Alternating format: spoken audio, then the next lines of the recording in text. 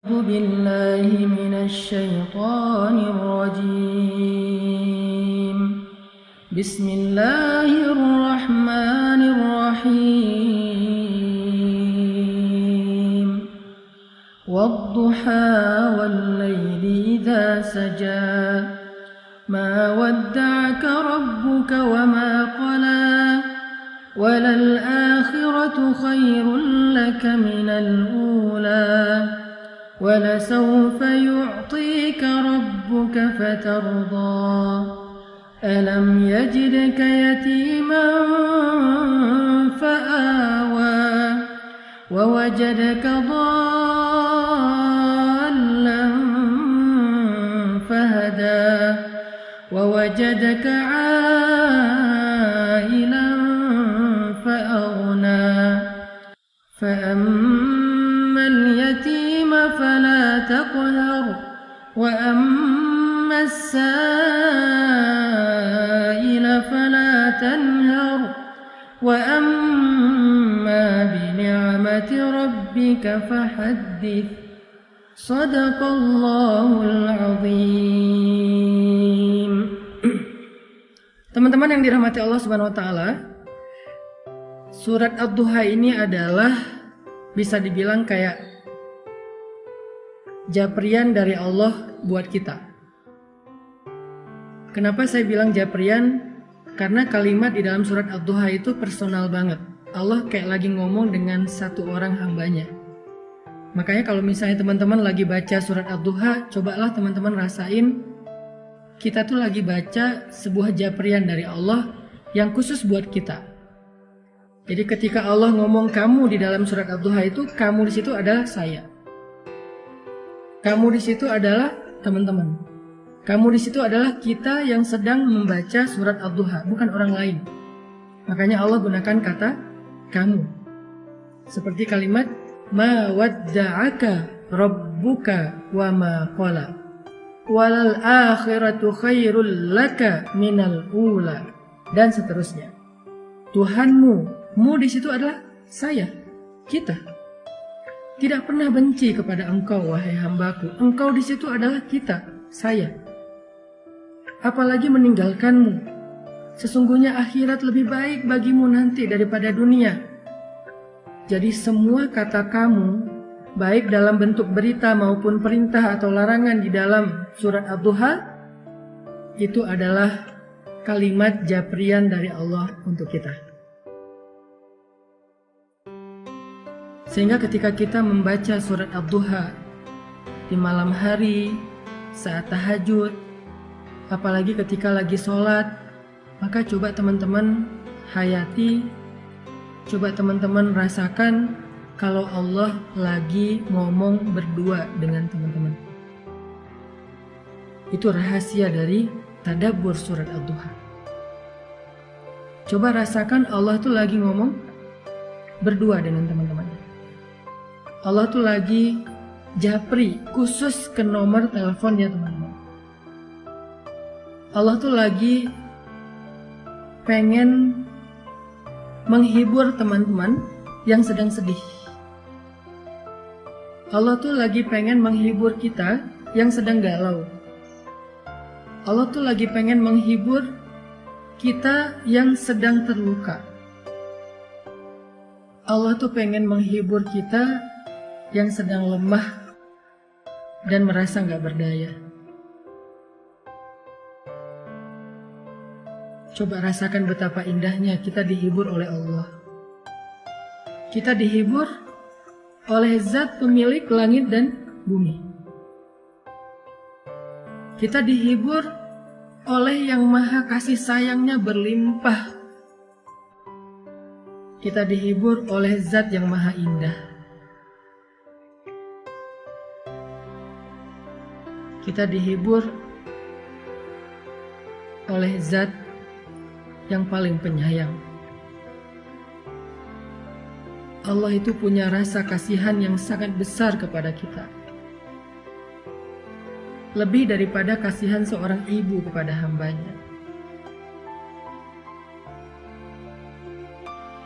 Lebih daripada kasihannya seorang ayah kepadanya.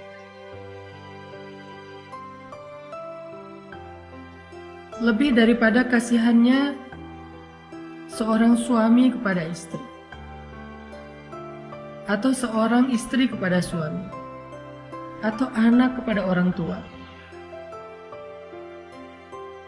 Coba rasakan ketika membaca surat Ad-Duha, Allah lagi bicara dengan kita sendiri, bukan dengan orang lain.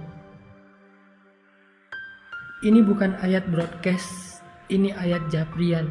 Makanya Allah tidak mengatakan kalimat ya ayyuhalladzina amanu. Kalau ya ayyuhalladzina amanu itu ayat broadcast.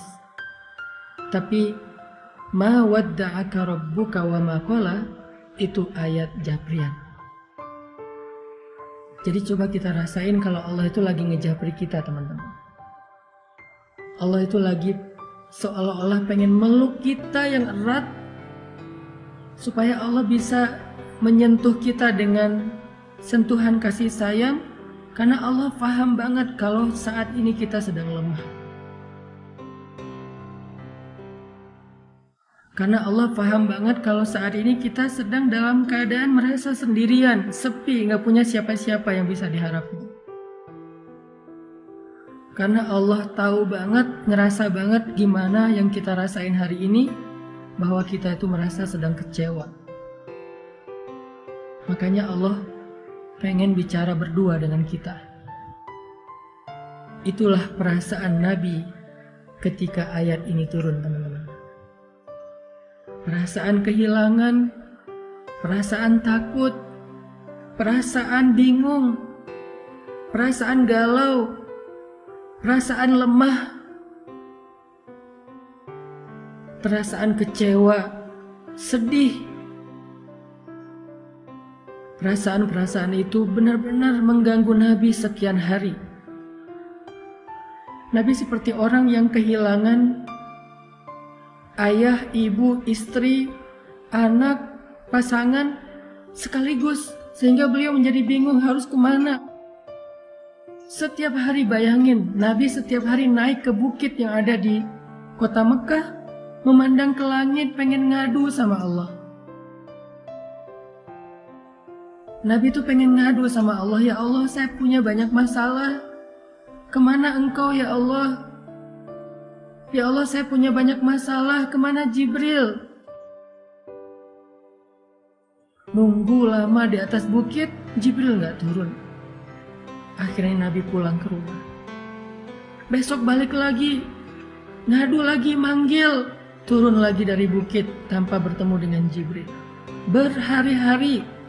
Ada ulama yang mengatakan 12 hari, ada yang ulama mengatakan hampir 1 bulan. Dalam puncak perasaan galau dan khawatir yang luar biasa itu. Tiba-tiba Allah Subhanahu wa Ta'ala menurunkan surat Ad-Duha. Allah utus Jibril. Allah katakan melalui malaikat Jibril, 1 kalimat, 1 japrian, 1 ayat, 1 surat khusus buat Nabi. Kalimatnya, ma wadda'aka rabbuka wa ma qala. Tuhanmu gak pernah ninggalin kamu dan tidak juga benci kepadamu, Muhammad. Tiba-tiba Nabi seperti merasa, ya Allah, hampir saja saya merasa kehilangan. Hampir saja rasa takut itu mencelakai saya. Hampir saya merasa putus asa dengan kesendirian. Tiba-tiba Allah mengatakan, Abdi, Habibi, hambaku, kekasihku Muhammad, ma wadda'aka rabbuka wa ma qala. Tuhanmu gak pernah ninggalin kamu. Coba lihat betapa lembutnya Allah bicara dengan Nabi. Tuhanmu gak pernah ninggalin kamu. Itu seperti ketika seorang ayah bilang, ayah gak pernah ninggalin kamu, wahai nak. Ayah tuh gak pernah ninggalin kamu. Allah gak mengatakan, aku gak ninggalin kamu, bukan. Tuhanmu berarti seperti menyebut kalimat yang lembut. Sama kayak kita memanggil anak kita, ayah sayang sama kamu, bukan aku sayang sama kamu. Ini adalah kalimat yang sangat lembut dari Allah. Ma wadda'aka rabbuka wa ma qala. Tuhanmu gak pernah ninggalin kamu, apalagi benci sama kamu.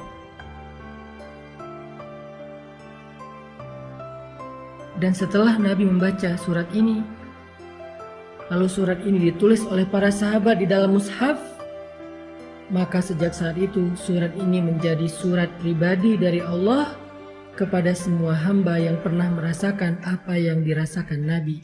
Kehilangan, ketakutan, kebingungan, hilang arah, sedih, kecewa. Maka siapapun yang pernah merasakan perasaan seperti itu, apapun alasannya, mau urusan agama, mau urusan dunia, mau urusan keluarga, mau urusan karir, pekerjaan, mau urusan percintaan, apapun alasannya ketika dia merasa sedih seperti itu, maka Allah ngejapri dia dengan kalimat yang lembut. Hambaku, ma wadda'aka rabbuka wa ma qala. Tuhanmu gak pernah ninggalin kamu, apalagi benci kepadamu. Itu maksud dari surat Ad-Duha, teman-teman. Coba teman-teman nanti setelah ini kalau baca surat Ad-Duha di rumah, kalau perlu hafal surat itu karena tidak terlalu panjang untuk kita baca di dalam sholat. Setelah tahu artinya, baca dulu terjemahannya, hafal terjemahannya, nanti baca di dalam sholat ketika lagi sedih. Sholat yang gak ada yang ganggu kita, sholat sunnah, terutama sholat tahajud. Gak apa-apa baca surat ini di waktu tahajud, karena Allah bersumpah dengan waktu malam apabila telah sunyi, bukan hanya waktu duha. Kita baca, kita hayati, Allah lagi ngomong sama kita. Allah lagi pengen menenangkan dan menghibur hati kita yang sedih. Ma wadda'aka rabbuka wa ma qala.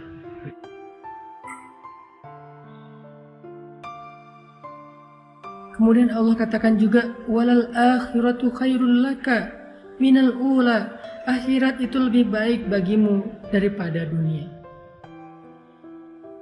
Apa maksud dari kalimat ini, teman-teman? Allah pengen ngasih tahu, wahai hambaku, dunia itu emang kayak gitu. Kehidupan di dunia itu semua orang ngerasain, semuanya pernah sakit, semuanya pernah sedih, semuanya pernah kecewa, semuanya pernah kehilangan. Kenapa? Karena itu dunia. Jangan sedih, hambaku. Nanti di akhirat, kamu gak akan pernah lagi ngerasain perasaan yang seperti itu. Nanti di surga, kamu gak akan lagi ngerasain sedih. Kamu gak akan lagi ngerasain kecewa. Kamu gak akan lagi ngerasain ditinggalin. Kamu gak akan lagi ngerasain lelah. Gak ada lagi lelah nanti di surga. Jadi bersabarlah karena kamu masih di dunia. Dan dunia ini sementara. Dan itulah fitrah, tabiat kehidupan di dunia. Semua orang merasakannya. Tapi nanti, jika kamu bersabar, jika kamu istiqomah beramal solih, maka nanti di akhirat kamu akan tersenyum. Fatardo, kamu akan puas. Kamu akan bersenang, bersuka cita. Kamu akan ceria, happy. Kamu gak akan lagi merasa lelah. Tapi nanti di akhirat, sabar. Allah menghibur kita. Seperti seorang suami bilang ke istrinya, "Mah, sabar ya. Nanti kalau mama udah ngelewatin ujian ini, kita jalan-jalan yuk. Nanti kita jalan-jalan yuk ke Indonesia Timur. Apakah ke Papua yang indah, atau ke Lombok yang indah, atau ke Ambon, ke Sulawesi. Kita jalan-jalan yuk ke pantai-pantai yang indah di Indonesia. Atau kalau dia punya rezeki lebih, yuk kita jalan-jalan yuk ke Turki.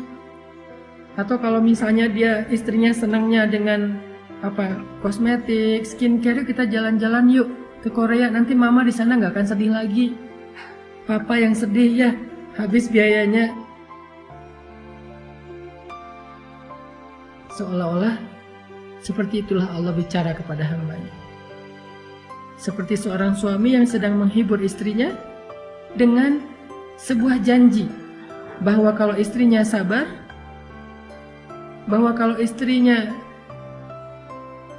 tabah, nanti akan diajak jalan-jalan. nanti akan diajak bersenang-senang sebagai hadiah dari suami kepada istri.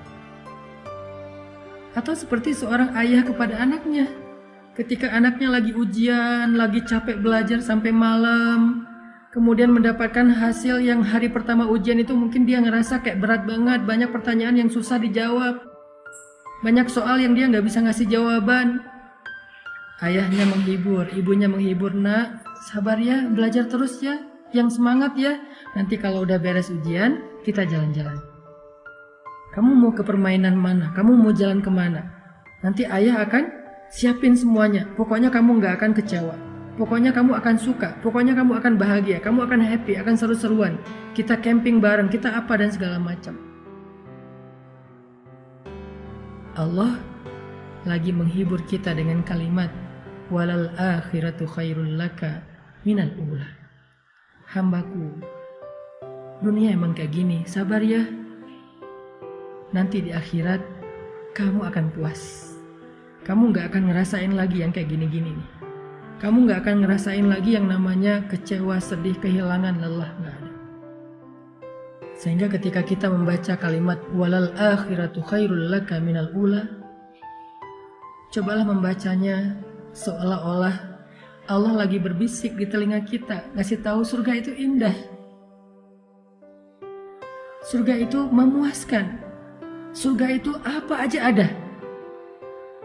Nanti di sana kamu gak akan sedih lagi. Nanti di sana kamu gak akan lelah lagi, semuanya dilayani. Kamu hanya bilang apa, mau apa, ya Allah saya mau makan ini. Seketika itu juga Allah akan berikan kepada kita dengan pelayan-pelayan yang sangat banyak. Rasakan seolah-olah Allah lagi berbisik di telinga kita, bahwa kalau kita bisa melalui ujian ini dengan sabar, dengan istiqomah, nanti Allah akan ngajak kita jalan-jalan di surga. Dan coba dengarkan itu dengan hati. Karena hanya hati yang mendengarkan dengan iman, dengan yakin, akan terhibur dengan kalimat akhirat lebih baik daripada dunia dan engkau akan ridho.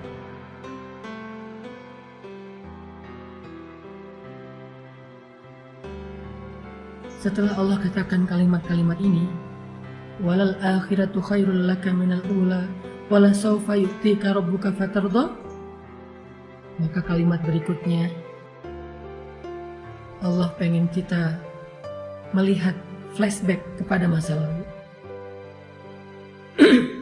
Allah pengen kita merenungkan masa lalu kita.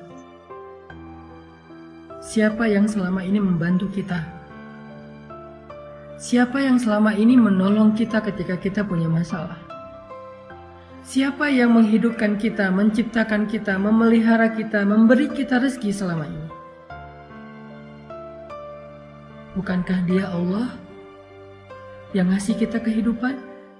Bukankah Dia Allah yang ngasih kita keluarga? Bukankah Dia Allah yang ngasih kita makanan? Yang ngasih kita rezeki? Yang ngasih kita pemeliharaan? Alam yajidka yatiman fa'awa wa wajadaka dhallan fahada wa wajadaka ailan fa'aghna.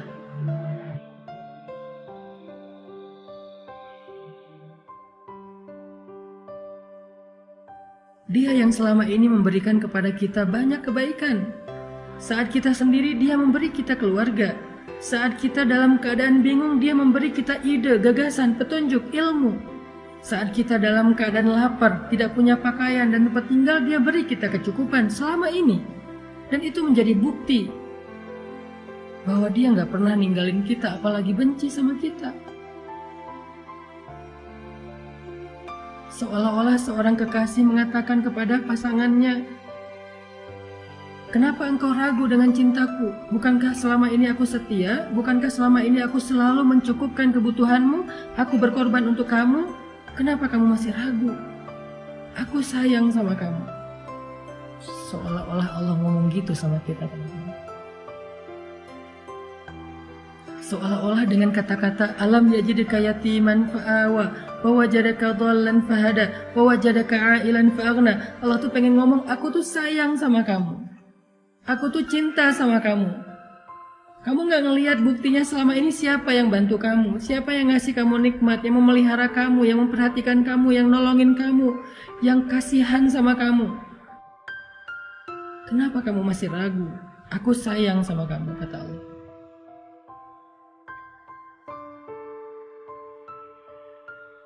Sehingga dengan ayat itu Allah pengen kita yakin, kita percaya kalau Allah itu gak benci sama kita.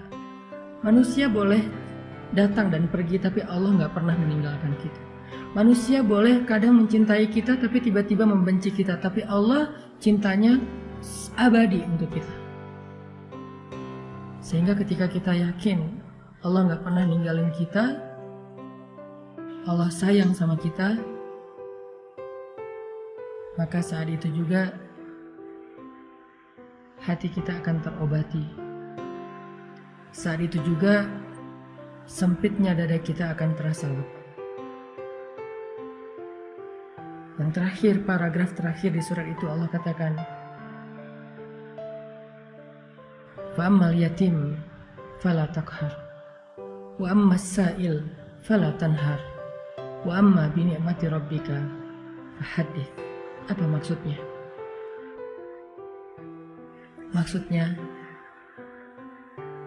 jangan berhenti berbuat baik. Jangan berhenti untuk menjadi orang yang bermanfaat. Kalau kamu kecewa karena berbuat baik, ada Allah. Teruslah berbuat baik. Kalau kamu merasa lelah untuk berbuat baik, ada Allah. Teruslah berbuat baik. Kalau kamu merasa capek untuk berkorban kepada seseorang, teruslah berkorban kepada seseorang yang halal bagimu, ayah dan ibumu, pasangan halalmu, anakmu, keluargamu, sahabatmu. Gak apa-apa kalau kamu kecewa atau dikecewain, tapi Allah gak pernah ngecewain kamu. Teruslah berbuat baik. Itu maksud dari surat Ad-Duha, teman-teman. Coba rasakan itu ketika kita sedang membacanya. Apalagi di dalam sholat, berarti kita telah membaca Al-Quran dengan tadabbur. Berarti kita sedang membaca Al-Quran dengan tafakkur. Indah banget ya surat Ad-Duha. Makanya surat ini menjadi surat favorit saya banget. Saya kalau lagi galau, sedih, saya baca surat Ad-Duha. Saya menempatkan diri sebagai hamba yang lagi lemah dan butuh Allah, tapi pengen berdua aja, gak mau diganggu sama yang lain. Pengen berdua aja sama Allah, pengen ngadu sama Allah. Ya Allah, saya punya banyak masalah. Ya Allah, saya lemah. Ya Allah, saya capek. Terus saya harus gimana ya Allah?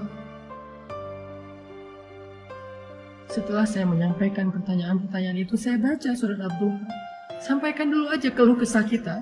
Curhat aja dulu yang sehabis-habisnya sama Allah. Ngomong aja sama Allah tanpa harus ada jaim-jaiman. Ya Allah, saya capek. Ya Allah, saya sedih. Ya Allah, saya terluka. Ya Allah, saya sendiri. Ya Allah, ya Allah, ya Allah. Ngomong sama Allah. Setelah semua pertanyaan itu udah kita keluarkan, unek-uneknya udah kita keluarin kepada Zat yang Maha Pengasih, lalu baca surat Ad-Duha, maka kita akan menemukan jawabannya. Baca surat Ad-Duha, maka kita seperti merasa dijawab langsung oleh Allah Subhanahu wa Ta'ala. Kayak gitu cara membaca surat Ad-Duha.